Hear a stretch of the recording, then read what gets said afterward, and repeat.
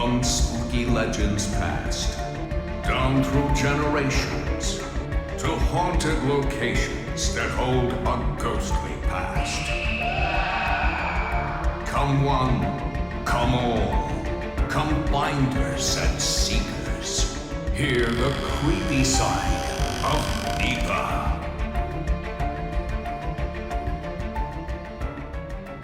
Welcome to the Creepy Side of NEPA Virtual Campfire Episode Part 1. I am Dan Kozlowski. Pull up a log, find a seat, and get comfortable while we get this fire started.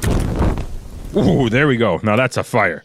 What a great show we have for you tonight. Tonight, we wanted to try something different. We wanted to ask our listeners to become part of the show and share their own personal paranormal stories. I would like to thank everyone for the terrific response. We received some great stories from all across northeastern and central Pennsylvania. But please don't stop sending your own stories, your own personal stories. We love hearing from you. If you have your own personal paranormal story that happened to you in northeastern or central Pennsylvania, let us know. Send us an email at ghost@wnep.com, or you can reach out to us through our Facebook page, WNEP's Creepy Side of NEPA. Come, gather around the fire, and let's get started with our first guest. Our first guest tonight is Bridget. Bridget is actually a producer here at WNEP TV. When we first started talking about doing this virtual campfire special, she was one of the first people to say, I have a personal story to share. So Bridget, welcome to the show. Thank you so much. Thanks for having me. I'm really excited. Okay, so I'm going to take you back to the exciting year of 2016.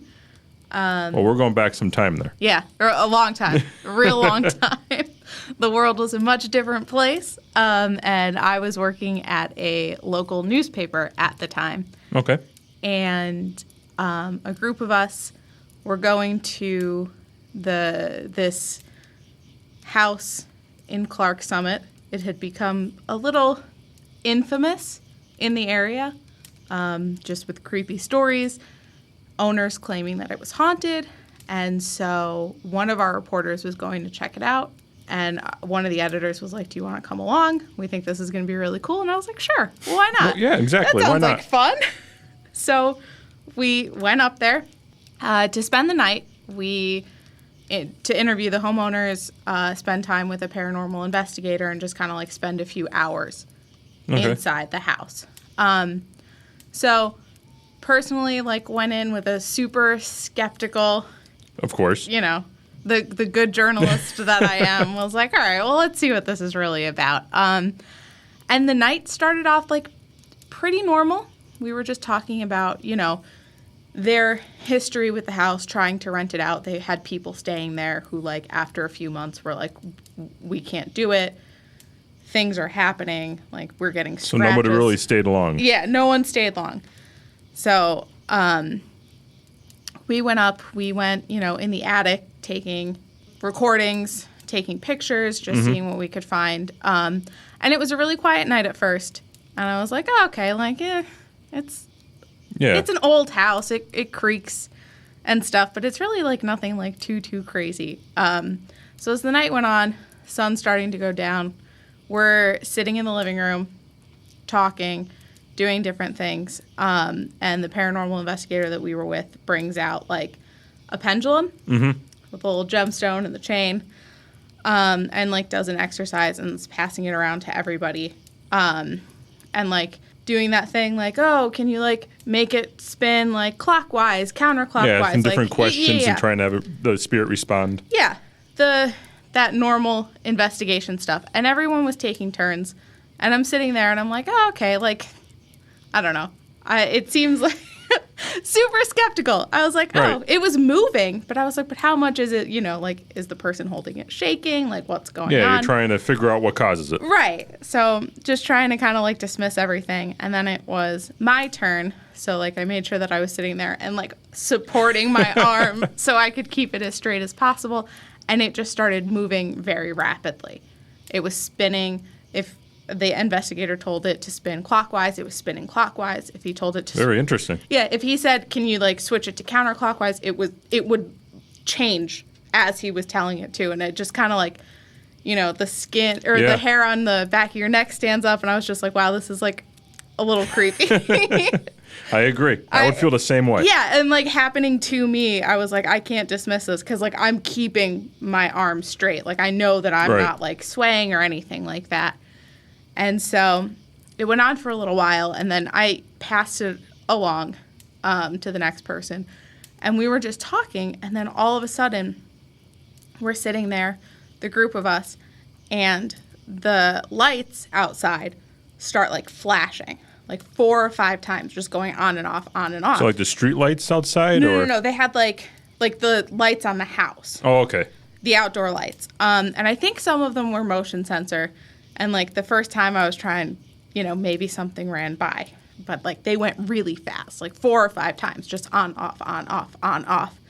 We were all just kind of like, that's really weird. And then it did it again.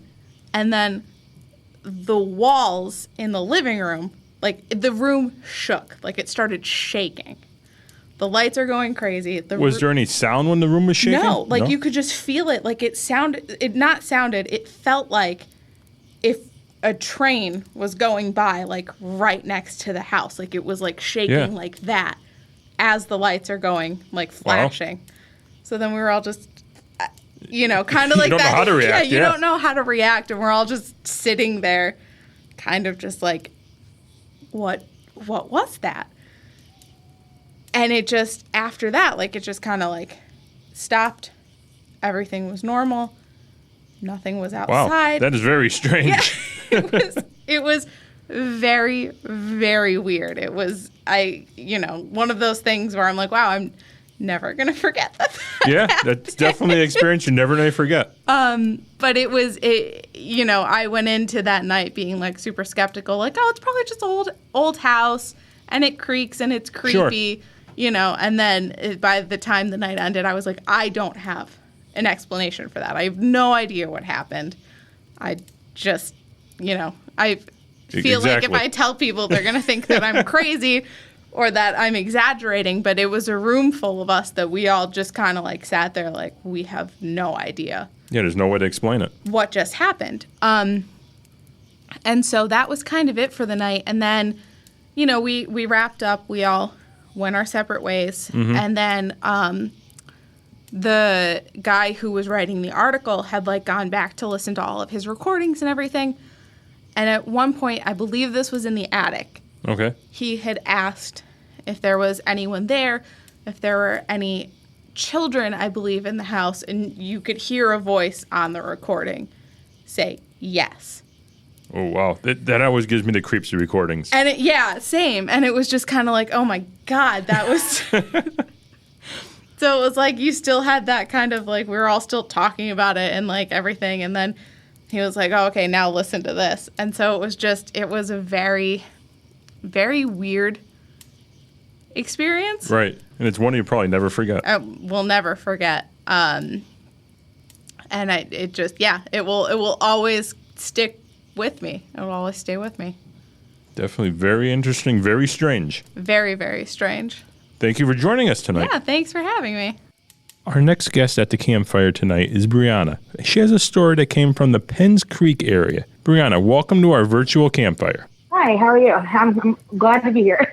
If you could just explain, as soon as you submitted the story, it did catch my interest. Awesome. Yeah, it was definitely an interesting night, and I can't actually wait to share it with you guys. Well, let's get right into it. What happened to you this night? All right, well, my husband was working, and he works first shift like he always does. And I was at home, just sitting on my couch, relaxing, actually watching the show Cheaters. And I'm sitting there, and all of a sudden, my light started like dimming, like not flashing or anything, but like dimming. And it started getting a little bit cold in the apartment. And I happened to look up, and in the corner of my eye, coming out of me and my husband's room, was this figure of a little girl, just coming right past me. It was like I seen it, and I just kind of froze. It was a very unique experience for me. But I was sitting there, and the little girl starts, obviously walking past me, and you could see through her. And it, like, the bottom half you couldn't really see her bottom half, but the top half you could see so clearly. And she had curly hair. She had a ribbon in her hair, and she was dressed in like a early period dress, and she just kept walking by and walking by, and never looked at me. Didn't acknowledge that I was there. Kept going down, and ended up turning right and going into my stepdaughter's bedroom, and that was it. I'd never seen her again. I did hear her. I heard her giggling. I would hear her talking. Yeah, and then the lights came back on, and that was it with that.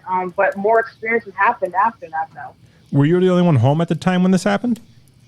Yeah, I was by myself. Like I said, my husband was at work, and unfortunately, it was one of those times, when you didn't have the camera and you couldn't record anything, So Oh, of course, it never happened when you wanted to. Exactly. But it was a very unique experience, and the stuff that happened after that was. So was this the first thing that happened to you in the apartment? Yes, this was the very first thing that happened in the apartment. And we weren't there that long. We had actually just moved in, and I'd say probably a month later, that first experience happened. What were some of the other experiences that happened after this one? Well, my TVs, I had like the big tube TVs. They would be turned around. Toys that my stepdaughter had would be laying out on the floor like they've been played with. That sort of goes along with seeing that girl then. Exactly, yes. Giggling. We would hear giggling of a girl and like whispering, not talking, but like just little tiny whispers of the girl. And then we would see dark figures in me and my husband's bedroom, during the night when we were sleeping. We'd wake up and there would be this figure standing in our doorway. Again, an experience that you just can never forget or get out of your mind at all. Of course. Well, I got to tell you, they are pretty creepy experiences you had in this. You still live in this apartment? No, actually, after a couple incidents of things falling down, and a door being slammed, and then my dog that we had at the time not wanting to even enter the apartment, I'd say 3 months afterwards, we ended up leaving and finding another place to live because we just could not handle it. Yeah, they do seem like it's something that would bother me if it happened over and over again, like you are explaining. And it was every night, and it wasn't during the day. During the day, the home felt easy. It felt homey. But at night, it was a whole different story. It was definitely a place I did not want to close my eyes in because you just didn't know what would happen. I don't blame you. I'd like to thank you for coming on the show tonight and sharing this story with us. Absolutely, and I thank you for allowing me to share my story. The next guest at the campfire is Lauren. Lauren has some very interesting paranormal stories to share with us. October of 2015, I took an apartment in Dunmore, and for about a year when I was there, I only heard cabinets slamming on the other side. There was 2 other apartments. One was below me and one was above me, but I had 2 floors, so it was a 3-unit. Most of the events were in my bedroom, which made it difficult to sleep. Of course it would. Yeah. I remember I got a new quilt when I was there maybe a couple months, and I took my S4 and I went to take some pictures or just, look through it, and I saw a bunch of orbs, and I'm like, nah, it's not orbs, But, for the whole year, all I heard was cabinet slamming, and it would kind of be 9 in the morning, 1 in the afternoon, sometimes 11 o'clock in the afternoon. That went on for a year, and I'm thinking, well, this is the person next door. Right. And she it wasn't like hungry a lot, but I mean, it went on for an hour and a half, and then it would stop. But it wasn't like at night or in the day. It was both times of the day, no matter what? Just the cabinets were in the day. Yeah. Okay. They were never at night. And I always played my music on my phone. So I always played it kind of loud because I was always alone. So I always played my music loud. So I never really paid attention to anything else. Then I went to a psychic who my daughter sent me to, Dale Orlando, who told me that there was a negative entity in my home and I needed to get out. And I said, I just moved there a year ago. I'm not going anywhere, right? That's when I started to pay more attention. But even when the neighbor moved out and the cabinets were still slamming and there was no one there, and I'm like, okay, there's something going on here. Of course. So, and I mean loudly and repetitively for an hour and a half, then it would start when, as soon as I would open my eyes, and then it would start. Then I got into the habit where I would wake up and not open my eyes, and there'd be no sound, and I would do that for a couple minutes, and then I would open my eyes and the cabinets would start. So I was being watched. That's how I knew I was being watched. Right. It sort of just was playing off you then. Absolutely. Absolutely. The woman that left didn't have a problem, but the gentleman below her always heard footsteps when she was gone, upstairs above him. So I had several roommates, and throughout the 4.5 years that I was there, who all had their own experiences.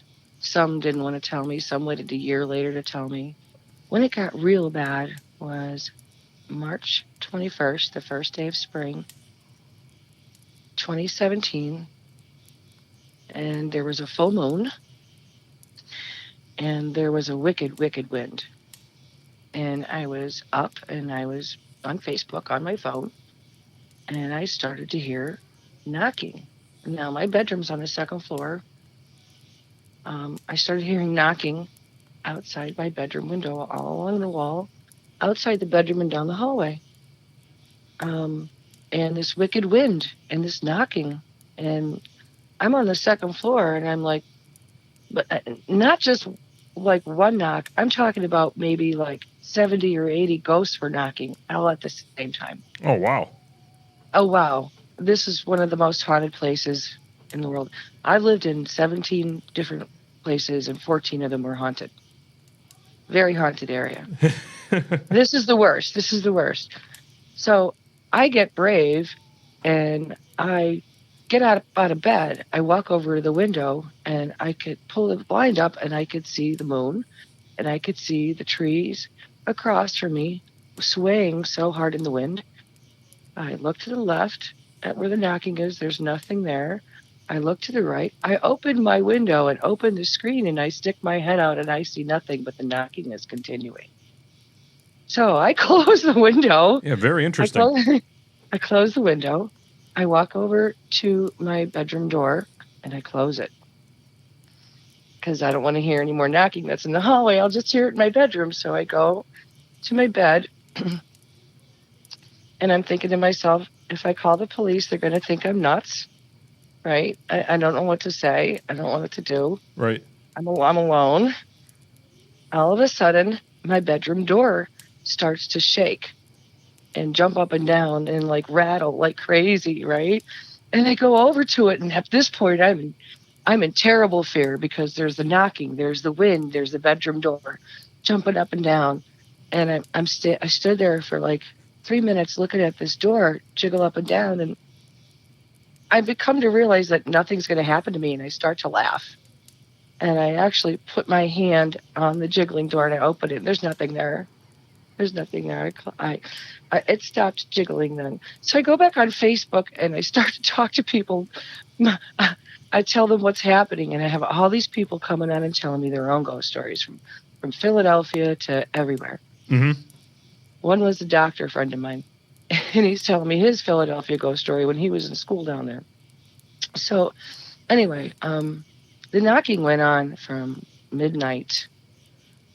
The wind died down, but the knocking still continued. But the weirdest part is that behind my head in my bed, and now I have no headboard because I chose it that way, the knocking was the ghosts that lived inside my house started knocking and replying to their knocks. Those reply knocks were going back and forth, back and forth, back and forth. So you Ghosts in heard my like a house. knock coming from your side of the wall, also replying back and forth? Multiple ghosts knocking on the one side. 2 knocks now, only in twos. 1, 2, 1, 2. And on the other side, on the wall outside on the second floor, outside the house, on the siding was 1, 2, 1, 2. And 3 is a bad sign. 3, is a severe negative entity because that's like against the Trinity, from what I understand. 3 or 4. So, meantime, I'm thinking 5 doors down is the oldest cemetery. That's the Dunmore Cemetery. That's the entrance at the bottom of the hill, where I lived. And I'm thinking that's where they came from. I'm thinking they got blown in the wind, and that's all I could think of. They got blown in this massive, horrible wind, and were knocking, and so there was a doorway in my bedroom, and I knew where it was before then because there was teasing after I found out that they were there. Anyway, so these multiple ghosts that already lived there let all these about 100 more ghosts in. I'm going to stop right there with that story, and I'm going to go back a little bit and tell you about what else they did to me. Okay. And what I had to do to get rid of them or to get them to stop bothering me. I had a couple mediums over. There was like a lot of things like rocking chairs, sounds that were in the middle of the room, like in midair, like sounds, not seeing. I had sleep paralyzation one night. I saw there was a head ghost there. I'll tell you more about that. He walked through my wall. I opened my eyes, and I saw him come out the wall and walk through my nightstand. And he was grayish, but very detailed. Like I could tell he was wearing a jean jacket with the cuffs rolled up on the wrists and a pair of jeans. And he had long, blonde, curly hair, and he was not very tall, maybe about 5'8", 5'9", and stocky. Strong, stocky. And I noticed that there was 3 black spinning triangles behind him when he walked. And as he walked away, they went away from him. And I know he had to walk by my bed. Well, I was sleep paralyzed, and all I could do was move my eyes. And I couldn't get them any farther. And I couldn't see down to the bottom of my bed. And then you fall back to sleep. Well, I remember this when I got up in the morning. But there were incidents like I could live with some of the stuff that they did. It didn't really bother me. There was a lot of sounds like rolling balls, like the sounds of rolling metal balls above me, rocking chairs, saws. I had my last straw when they lifted my bed at night. No, it wasn't levitating. They lifted the corner of my bed once, twice, real fast like that. And I didn't flinch because I wasn't going to give in and let them know and sit up and, oh, I'm scared. I wasn't going to be like that. So I went with a friend of mine, and I met a friend who was a bartender, and he told me he had incidences where he had flies in his home for a whole month, and it was haunted. And this is another one in Scranton, and I'm not going to say his name, but he put me in touch with NEPA Paranormal, who they're like in Pittston, right? PA. I had them come to my house a couple times. As a matter of fact, they're coming Friday again because I'm having another issue here in my new house. So they brought a ghost box, and we spoke to them in about 45 minutes. So there were 8 in one group and 9 in another, and there was a man ahead of each one of them. 2 of the men would fight all the time. One time they had such a horrible fight for about an hour and a half. They literally, well, these guys can fly. They can fly. And when they fight, they were throwing each other against the ceiling of the dining room downstairs. And I listened to this fight go on, and I'm like, these 2 are fighting, and I know they're fighting. And one was bigger than the other one, and he was the bossy one, and he was mean. And other people have heard him speak to this other fellow derogatorily. So anyway, I found out that this guy was born in 1911. This is what he told us. His name is David. He has a British accent. His daughter, Emily, is there. There's 2 groups. There's a group of 8 and a group of 9.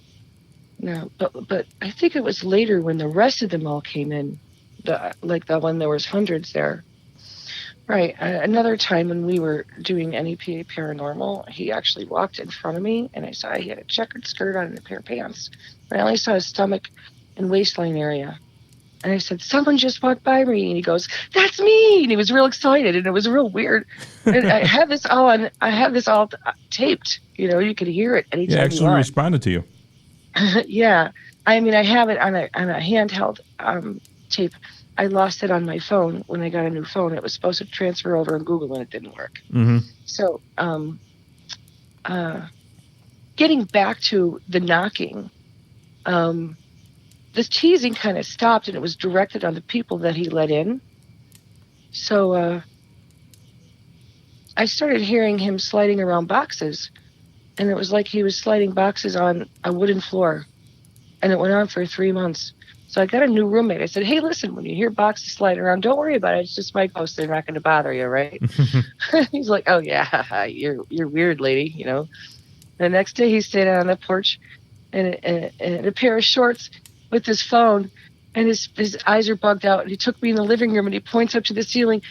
Boxes are moving. Boxes are moving. I said, "I told you." Yeah, you gave him a warning. It took him about 2 days, and then he was okay with it.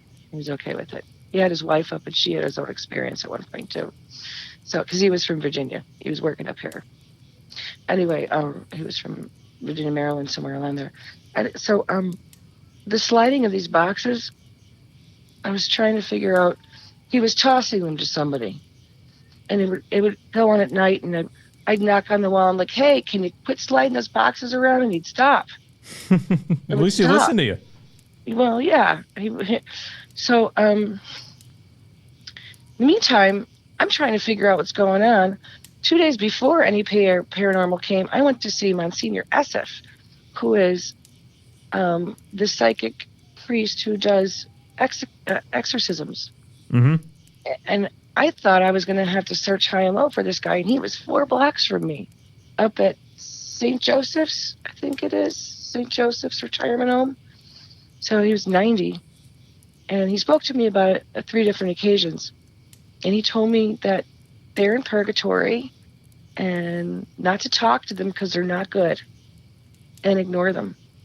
They knew I was going because I had announced it, and they were more quiet after that. But he did tell me they were in purgatory, and they did verify it over the ghost box that they couldn't leave, that they had to stop bothering me, or they had to leave, and they said, "We can't." So things sort of calmed down after you made the visit to the priest.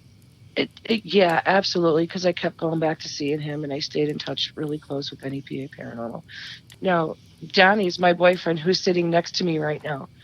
So this was just not even a year ago. So we're sitting on my couch watching TV, and you could see into the dining room. And all of a sudden he jumps, and I said, "What's wrong?"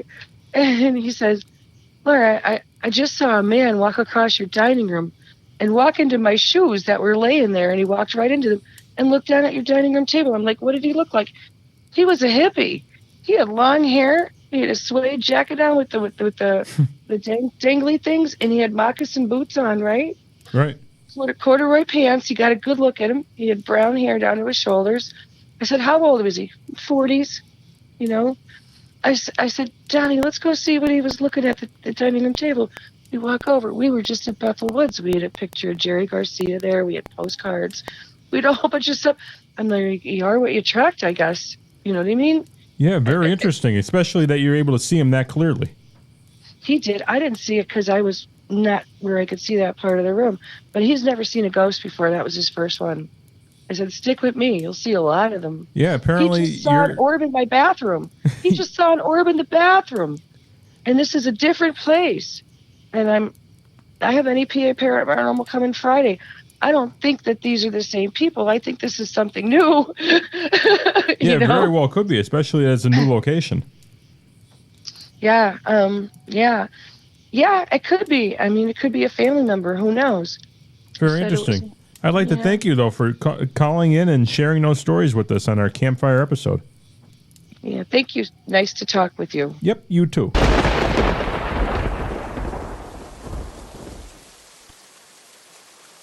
Looks like that's all the time we have for tonight. Thank you for joining us on the Creepy Side of NEPA virtual campfire. Don't worry, we still have more stories. Join us in 2 weeks on September 10th for part 2 of our virtual campfire special. If you are new to the podcast or just didn't get a chance yet, please like us on Facebook. Our page is called WNEP's Creepy Side of NEPA. That's the best way to see what we have in store and keep track of us and see what episodes are coming up next. Also, like us, follow us, or subscribe, depending on the podcast platform that you use. If you like what we're doing, give us a review. If you have a personal story you would like to share or have an idea for an upcoming episode, contact us at ghost@WNEP.com, or you could also contact us through our Facebook page. As always, enjoy the creepy side. This has been the Creepy Side of NEPA. If you have a spooky story that took place in northeastern or central Pennsylvania, send it to ghost@WNEP.com for your chance to share it on an upcoming episode. We're dying to hear from you.